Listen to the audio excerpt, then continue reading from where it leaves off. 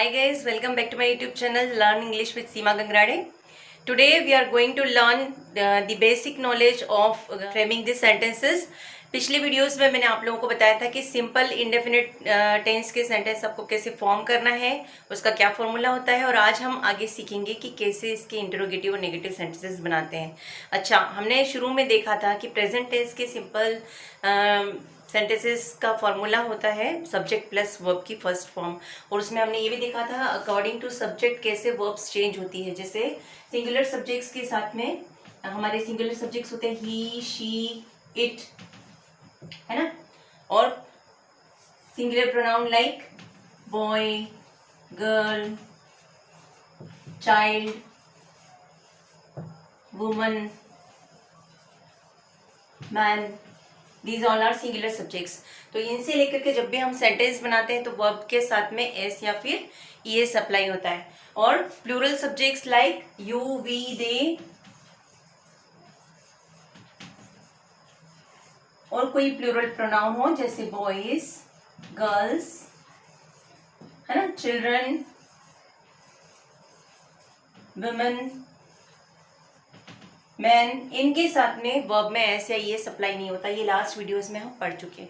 She sings a song, वह गाना गाती है। Here sing is a verb, so sing के साथ में हमने क्या लगाया, एस लगाया, है ना। तो ये हो गया हमारा simple indefinite present indefinite tense का sentence, she sings a song. आज हम बात करेंगे कुछ और सेंटेंसेस होते हैं जो भी प्रेजेंट इंडेफिनिट के होते हैं, लेकिन उनका इस तरह से स्ट्रक्चर नहीं होता है। इसमें मैंने आप लोगों को एक साइन बताया था कि प्रेजेंट इंडेफिनिट के सेंटेंस का हिंदी में फॉर्मेशन होता है, पहचान होती है उसकी ता, ते और ती, ये इसकी पहचान होती है। कई बारी बहुत से सेंटेंसेस में ताते ती नहीं आता है, फिर भी वो प्रेजेंट इंडेफिनिट टेंस के सेंटेंस होते हैं। फॉर एग्जांपल, जैसे मैं आपको कहूँ मैं अभी घर में हूँ, है ना, तो मैं घर में हूँ, यहाँ पर सेंटेंस में कहीं पर भी ताते ती नहीं आ रहा है। मैं घर पर हूँ या मैं घर में हूँ, कहीं भी ताते ती नहीं आ रहा है, फिर भी ये सेंटेंस हमारा प्रेजेंट इंडेफिनिट टेंस का है।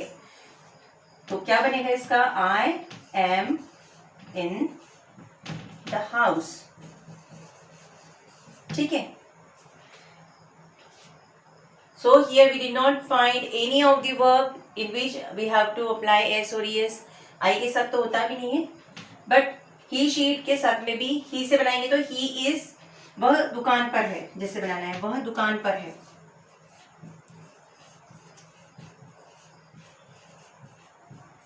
क्या बनेगा इसका, एट द शॉप। अब बताइए, ये सिंगुलर सब्जेक्ट है हमारा ही, लेकिन यहाँ पर कोई ऐसी वर्ब नहीं जिसके साथ में हम एस या ईएस अप्लाई कर सके। तो ये जो स्ट्रक्चर है ये भी हमारा प्रेजेंट इंडेफिनिट का ही सेंटेंस है, सिंपल प्रेजेंट टेंस का सेंटेंस है। इसको हमको एज इट इज ही समझना पड़ेगा। मैं सिर्फ यहाँ आज आपको ये बताना चाहती हूँ कि जब सेंटेंस इस तरह से बनता है जिसमें हमारा लास्ट सिग्नल हिंदी में ता, ते, ती होता है, उन सेंटेंसेस का स्ट्रक्चर किस तरह से होता है, सिंगल सब्जेक्ट्स के साथ में हम ये एस या ईएस अप्लाई करते हैं। इस तरह के सेंटेंसेस का जब हम इंटरोगेटिव या नेगेटिव सेंटेंस बनाते हैं तो उसमें क्या हमको स्ट्रक्चर फॉलो करना होगा, हम देखते हैं। जैसे मैंने यहाँ पर एक एग्जांपल लिया है, ही सिंग्स अ सॉन्ग, वह गाना गाता है ना। तो इसका इंटरोगेटिव क्या बनेगा, प्रश्नवाचक क्या बनेगा, शी सिंग्स अ सॉन्ग, वह गाना गाती है। इसका प्रश्नवाचक क्या बनना चाहिए, क्या वह गाना गाती है, ठीक है। इसका प्रश्नवाचक बनेगा क्या वह गाना गाती है। तो इंग्लिश में क्या हो जाएगा, does she Singh a song, ठीक है। अब ये जो वर्ब है does, this is the interrogative verb of singular subject. Singular subjects के साथ में किस वर्ब से सेंटेंस बनेगा इंटरोगेटिव, डज वर्ब के साथ। अगर मैं बोलूं मैं गाना गाती हूँ तो सेंटेंस होगा I sing a song, okay. I sing a song का इंटरोगेटिव क्या बनना चाहिए, do I sing a song, ठीक। तो क्या डिफरेंस है इन दोनों वर्ब्स में, डू वर्ब हम लगाते हैं प्लूरल सब्जेक्ट्स के साथ में। कौन कौन से सब्जेक्ट्स के साथ? डू वर्ब लगती है हमेशा आई के साथ और प्लूरल सब्जेक्ट्स के साथ, like you, we, they and any of the plural pronoun. Okay, and does verb is applied with singular subjects third person. Whenever I say singular subject third person, that means he, she, it or any singular pronoun like boy, girl, all. So इनके साथ में जब भी sentence बनेगा तो interrogative sentence में verb क्या होगी? डस. गेटिंग? अगर आप लोगों को इतना समझ में आ गया हो तो चैट बॉक्स में लिखकर बताइए यस मैम समझ आ रहा है. Okay, shall we continue? अच्छा लग रहा है वीडियो तो लाइक बटन को प्रेस कर दीजिए प्लीज और चैनल को सब्सक्राइब करिए ताकि आने वाले दूसरे वीडियोस की नोटिफिकेशन भी आप लोगों को टाइम से मिलती रहे. तो कंटिन्यू करते हैं, कुछ और सेंटेंसेस हम बनाते हैं दोनों. देखिए, ये मैंने आपको बताया ये सारे सिंगुलर सब्जेक्ट्स हैं. ही, शी, इट कोई किसी का नाम हुआ या फिर बॉय, गर्ल या फिर कोई सिंगुलर प्रोनाउन हुआ, उसके साथ में डज वर्ब लगेगी जब भी हम इंट्रोगेटिव या फिर नेगेटिव सेंटेंस बनाएंगे. For example, he plays cricket. Okay, अब हम इसका इंट्रोगेटिव और नेगेटिव सेंटेंस बनाते हैं. सबसे पहले नेगेटिव बनाते हैं. नेगेटिव सेंटेंस में हमेशा नॉट आता है. ओके, तो देखिए, तो यहां बनेगा हमारा negative sentence he does not play cricket. ठीक है, क्या वर्ब लगी हमारी? डज और उसके साथ में नॉट. तो फॉर्मूला होगा subject plus does plus not plus verb की first form plus object. This is the formula of negative sentence. Interrogative sentence बनाने के लिए क्या लगेगा? डज वर्ब पहले आएगी, सब्जेक्ट के पहले वर्ब आएगी. Does he play cricket. समझ आ रहा है? अब यहां पर मैंने प्ले के साथ एस या एस नहीं लगाया है, इतना ध्यान रखेंगे आप, क्योंकि वो एस कहाँ चला गया? इस डू के साथ चला गया और यहाँ पर ये बन गया है डज. ठीक है, और हमेशा इंट्रोगेटिव सेंटेंस बनाते समय यहाँ पर क्वेश्चन मार्क लगाना जरूरी होता है. तो इस तरह से हम कौन से सेंटेंसेस में डज और डू से स्टार्ट करते हैं. देखिए, वी प्ले क्रिकेट में इसका क्वेश्चन क्या बनेगा? इसका नेगेटिव बनेगा we do not play cricket. ठीक है, और इसका इंट्रोगेटिव क्या बनेगा? इंट्रोगेटिव बनेगा डू वी प्ले क्रिकेट. चलिए, कुछ लोगों को ये समझ में आ गया होगा, बहुत इजी भी है. मतलब हमने कौन सी वर्ब्स यूज की हैं? प्लूरल के साथ में डू वर्ब यूज की है और सिंगुलर के साथ में डज वर्ब यूज की है. इसका इंट्रोगेटिव और नेगेटिव बनाना भी आप लोगों को आ गया है.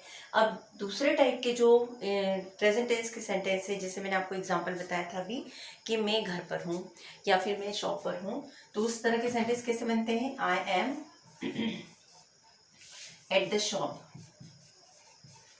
ठीक है, I am eight the shop.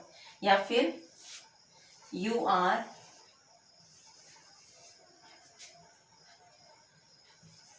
इन दी बाजार. ठीक है, अब इनके इंटरोगेटिव नेगेटिव सेंटेंस कैसे बनेंगे? इसका इंटरोगेटिव सेंटेंस बनाना हो तो कैसे बनेगा? ये हमारी वर्ब है एम. ठीक है, वर्ब कहाँ जाएगी? सब्जेक्ट के पहले. इनका प्लेस एक्सचेंज हो जाएगा. इसका इंटरोगेटिव सेंटेंस बनेगा am I at the shop. Am I at the shop. क्या मैं शॉप पर हूं? इस वाले सेंटेंस का इंटरोगेटिव क्या बनेगा? ये रिप्लेस हो जाएंगे, एक्सिलरी वर्ब पहले आ जाएगा और सब्जेक्ट बाद में चला जाएगा. आर यू इन दी बाजार. क्या आप बाजार में हैं? तो बहुत सिंपल है इंट्रोगेटिव और नेगेटिव सेंटेंस बनाना भी, लेकिन हमें सिर्फ ये ध्यान रखना है कि जो हमारा सेंटेंस है वो जब तातेती से एंडिंग होता है, दैट मीन्स उसका सेंटेंस स्ट्रक्चर क्या होता है? सब्जेक्ट प्लस वर्ब की फर्स्ट फॉर्म प्लस ऑब्जेक्ट. यहाँ पर वर्ब के फर्स्ट फॉर्म के साथ में सिंगुलर सब्जेक्ट थर्ड पर्सन के साथ में हमें एस या ईएस लगाना होगा. और इसका जब भी नेगेटिव या इंट्रोगेटिव सेंटेंस बनेगा तो उसमें वर्ब्स क्या अप्लाई होंगी? डू और डज वर्ब अप्लाई होंगी. ठीक है, तो ये छोटा सा सेंटेंस आपको याद रखना है. दूसरा जो स्ट्रक्चर है उसमें is am are verb use होती है। एम हम लगाते हैं आई के साथ, इज लगाते हैं थर्ड पर्सन सिंगुलर के साथ में, लाइक ही शी इट के साथ में, ठीक है। और आर हम लगाते हैं प्लूरल सब्जेक्ट्स के साथ, लाइक यू वी और दे के साथ में हम आर अप्लाई करते हैं, ठीक है। तो ये थोड़ी सी छोटी छोटी चीज़ें हैं जो आपको याद रखना है। और इनके जब आप नेगेटिव और इंट्रोगेटिव सेंटेंस बनाते हो तो उसमें वर्ब का भी ध्यान रखना है कि जहाँ पर auxiliary verb I is am are है तो वहाँ का इंट्रोगेटिव सेंटेंस बनाते समय उसका स्ट्रक्चर एक्सिलरी वर्ब से स्टार्ट होगा। लाइक अगर सब्जेक्ट आई है तो वहाँ पर एक्सिलरी वर्ब होगी एम। सब्जेक्ट हमारा ही शी इट या फिर कोई सिंगुलर प्रोनाउन है तो वहाँ पर हमारी एक्सिलरी वर्ब होगी इज। और सब्जेक्ट यू वी दे कोई प्लूरल प्रोनाउन है तो वहाँ पर एक्सिलरी वर्ब होगी आर। और जब भी आप इंटरोगेटिव सेंटेंस बनाएंगे तो वो स्टार्ट होगी आर से, है ना। तो ये छोटी छोटी सी चीज़ें हैं जो आज मुझे एक्सप्लेन करना था आप लोगों को। कुछ और एग्जाम्पल लेते हैं हम और देखते हैं। आप लोग इसका स्क्रीनशॉट लेना चाहें तो ले सकते हैं। ओके, फॉर एग्जाम्पल एक एग्जाम्पल हम लेते हैं, यू आर इन लंदन।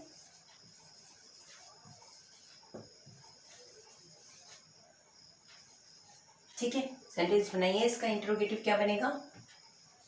इसका इंट्रोगेटिव सेंटेंस क्या बनेगा? Are you in London question mark. और नेगेटिव क्या बनेगा? You are not in London. So guys, I think you all understood how to form interrogative and negative sentence of this kind of sentences. इस तरह के sentences का negative और interrogative कैसे बनाना है, ठीक है। कुछ और एक sentence मैं आप लोगों को देती हूँ, आप बनाकर बताइए मुझे। I am in the office.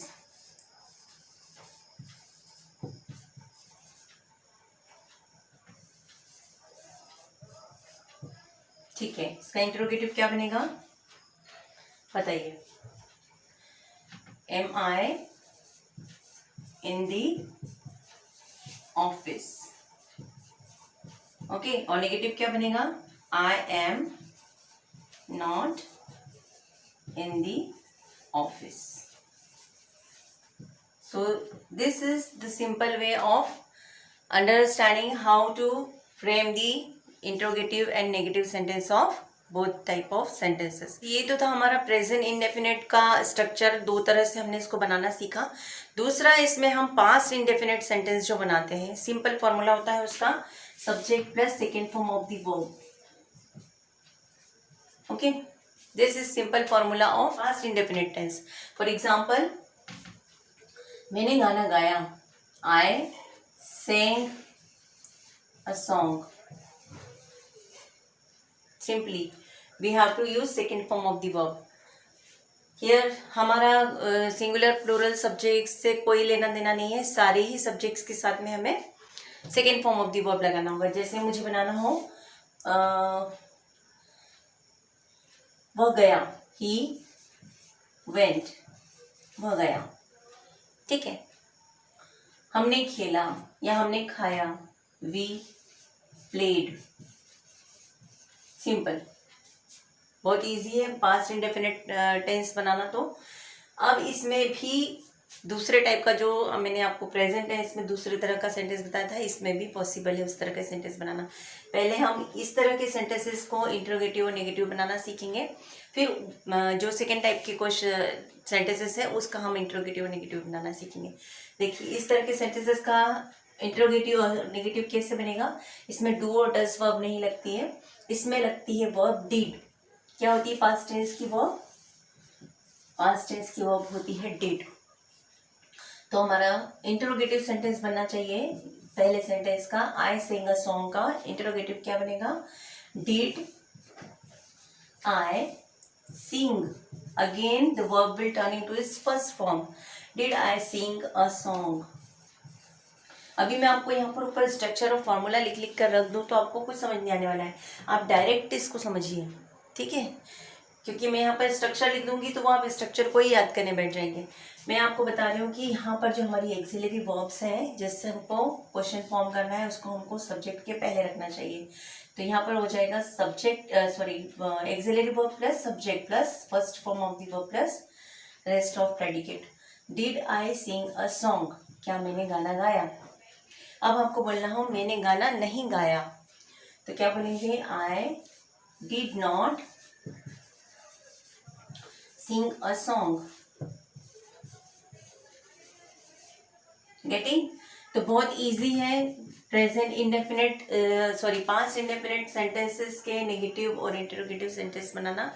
इसका जब हम हिंदी में देखते हैं कि इसकी पहचान कैसे होती है पास्ट टेंस की, तो इसकी पहचान में हमें लास्ट में या, ये, ई इस तरह से सुने आता है, ए।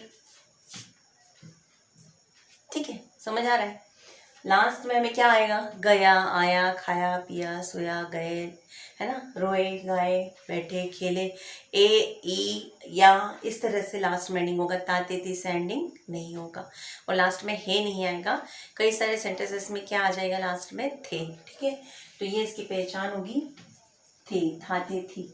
ठीक है, ये पास्ट टेंस की पहचान है। और इसका जब हमें सेंटेंस बनाना हो, मैं बिगिनर्स के लिए ये पूरा बता रही हूँ कि जिन्हें सेंटेंस फॉर्म करना सीखना है अभी, तो किस तरह से करेंगे, अपनी मदर टंग को वो ट्रांसलेट करते हैं इंग्लिश में, तो आपकी मदर टंग हिंदी है तो आप इस तरह से उसको समझेंगे और सेंटेंस स्ट्रक्चर इस तरह से फॉलो करेंगे कि जब भी आपके सेंटेंस में या, ये, ई, ए आता है तो वो सेंटेंस पास्ट इंडेफिनिट का है, और जब भी आप उसको स्ट्रक्चर फॉर्म करते हैं तो आपको subject plus second form of the verb apply करना होगा। ठीक है, तो ये इसके इंटरोगेटिव और नेगेटिव सेंटेंसेस बनाने का तरीका है। अब मैं आपको बता रही हूँ कि दूसरे टाइप का सेंटेंस कैसा हो सकता है और उसमें आपको किस तरह से वर्ब को अप्लाई करना है। बच्चे बगीचे में थे या पार्क में थे। ठीक है,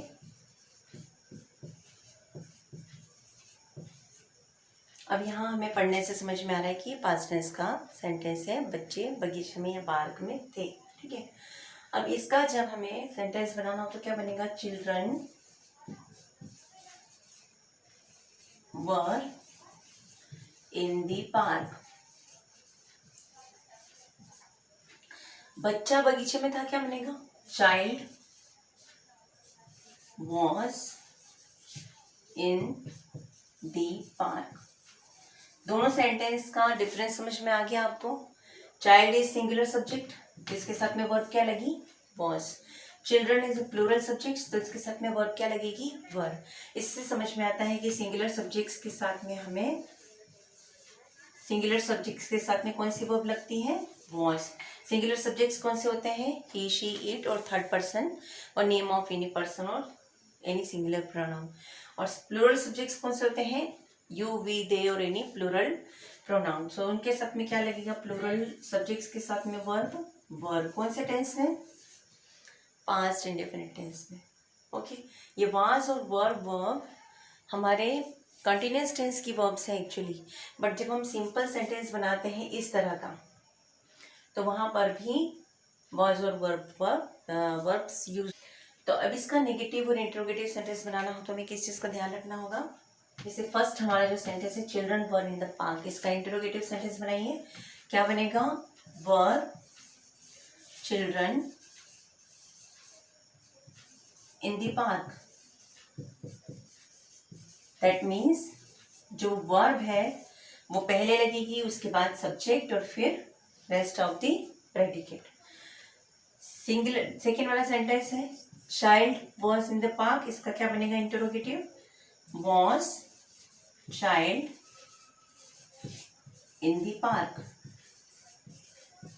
समझ आ रहा है आप लोगों को। इसमें क्या लगेगा, इंटरोगेटिव मार्क भी लगेगा, question mark.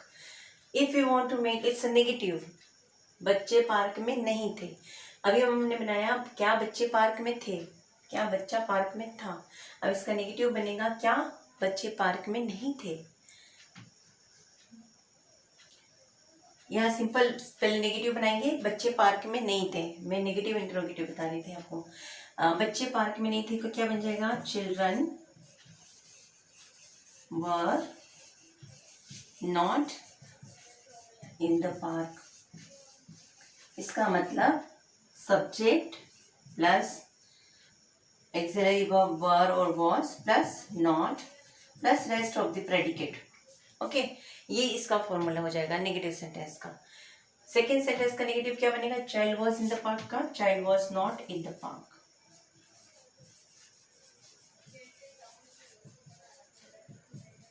Okay, so I think you understood how to frame this sentences. आपको कैसे सेंटेंस फॉर्म करना है।